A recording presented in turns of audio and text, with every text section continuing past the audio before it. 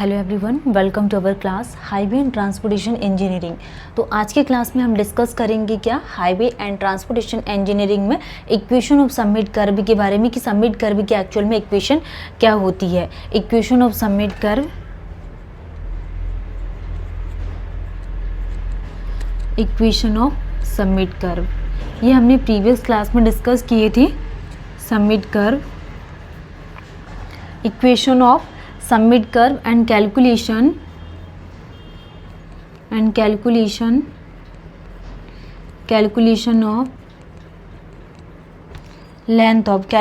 Of length of summit curve.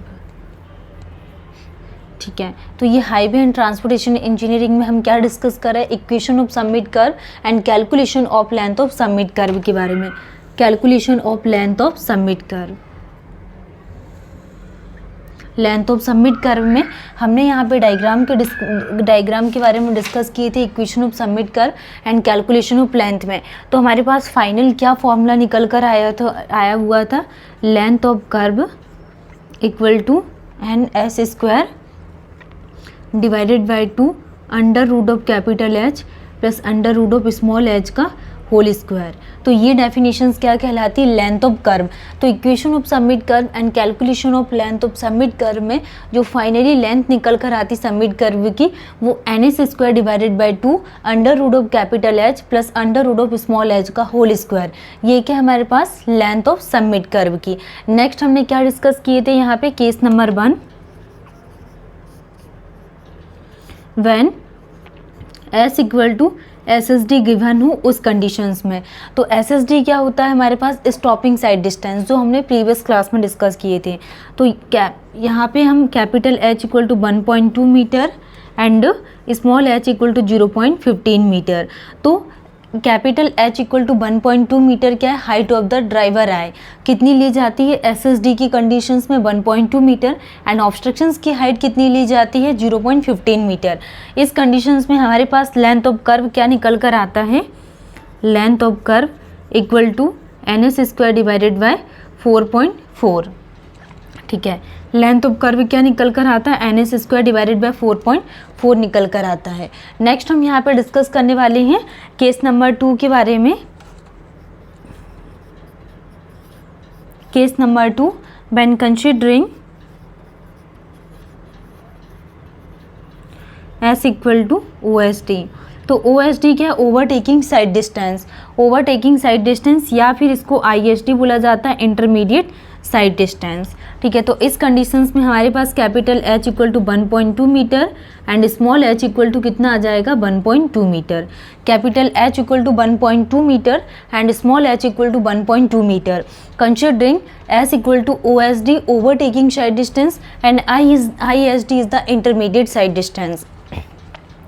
Length of curve equal to कितना आ जाएगा यहाँ पे NS स्क्वायर डिवाइडेड बाय 9.6। क्या NS square divided by 9.6 when S equal to OSD ISD। तो इस कंडीशंस में हमारे पास length of curve NS square divided by 9.6 निकल कर आता है। And case number 1, when length of curve is less than sight distance, when length of curve is less than side distance। तो इस कंडीशंस में हम कैसे वैल्यू को कैलकुलेट करेंगे, case number 1 when length of curve is less than side distance। तो इस conditions में क्या आ जाएगा हमारे पास, length of curve equal to 2s minus capital H plus under root of small h का whole square divided by n। तो क्या आ जाएगा यहाँ पे divided by n। When length of curve is less than sight distance, तो length of curve equal to 2s minus under root of h plus under root of small h का whole square divided by n। जब हमारे पास side distance की value ज़्यादा रहेगी उस conditions में हमें ये फॉर्मूले का यूज़ करना है। व्हेन हमारे पास S equal to OSD ISD given रहेगा तो हम हाइट एंड ऑब्स्ट्रक्शंस की हाइट और ड्राइवर्स की हाइट को सेम लेके चलेंगे 1.2 मीटर 1.2 मीटर। कंडीशंस रहेगी overtaking sight distance and intermediate sight distance. तो लेंथ ऑफ कर्व क्या निकल कर आ जाता है NS स्क्वायर डिवाइडेड बाय 9.6। तो ISD क्या कहलाता है, intermediate sight distance, intermediate sight distance, इसको क्या बोला जाता है, इंटरमीडिएट साइड डिस्टेंस। तो I S D equal to कितना आ जाएगा, 2 इंटू एस एस डी। तो स्टॉपिंग साइड डिस्टेंस का हम कितना निकालते हैं, हम यहाँ पे डबल ट्वाइस निकालते हैं क्या, आई S D intermediate sight distance. Next हम डिस्कस करने वाले हैं केस नंबर 1 के बारे में। इस कंडीशंस में considering S equal to S S D, S equal to S S D, तो इस कंडीशंस में हम क्या लेंगे, यहाँ पे capital H equal to 1.2 metre and small h equal to 0.15 metre. Small h equal to कितना आ जाएगा, 0.15 मीटर। तो इस कंडीशंस में length of curve equal to कितना आ जाएगा, यहाँ पे 2s minus 4.4 divided by capital N। तो considering S equal to S S D and capital H equal to 1.2 metre and small h equal to 0.15 metre, तो length of curve equal to 2s minus 4.4 divided by N। ठीक है, next हम यहाँ पे case number B, considering S equal to O S D and I S D. ठीक है, तो इस कंडीशंस में हमारे पास h equal to 1.2 metre and small h equal to कितना आ जाएगा, 1.2 मीटर। तो लेंथ ऑफ कर्व क्या निकल कर आ जाएगा, length of curve equal to 2s minus 9.6 under root of n। ये सारी कंडीशंस आपको ध्यान होना चाहिए कि अगर हम यहाँ पे एस एस डी का यूज़ कर रहे हैं तो इस कंडीशंस में h इक्वल टू कितना लिया जाता है, 1.2 मीटर एंड स्मॉल h है तो 0.15 मीटर। तो क्या फॉर्मूला निकल कर आ जाएगा हमारे पास, लेंथ ऑफ कर्व का 2s minus 4.4 divided by n। ठीक है, when considering s equal to O S D, और ओ एस डी को आई एस डी बोला जाता है, and h equal to 1.2 metre and small h equal to 1.2 metre. तो length of curve क्या निकल कर आ जाता है हमारे पास, 2s minus 9.6 divided by n। तो length of curve 2s minus 9.6 divided by n। ठीक है, तो ये आपको ध्यान रखना है। Next, length of curve is less than sight distance, तो इस कंडीशंस में length of curve equal to 2s minus under root of capital H plus under root of small h का whole square divided by n। Next हमने यहाँ पे क्या discuss किए थे, when length of curve is greater than sight distance, जब हमारे पास लेंथ ऑफ कर्व ज़्यादा होगा तो उस कंडीशंस में s equal to O S D I S D है, तो h equal to 1.2 metre and h equal to 1.2 metre. तो length of curve equal to N S square divided by 9.6 and s equal to S S D, तो length of curve equal to N S square divided by 4.4। तो इन formulas का use करके हम value को find out कर सकते हैं। Exam में क्या इन फॉर्मूले से न्यूमेरिकल ज़्यादा पूछे जाते हैं, और कभी कभी जैसे सब इंजीनियर एसएससी जेई में ये ऑब्जेक्टिव में भी इस प्रकार के क्वेश्चंस पूछ लेते हैं।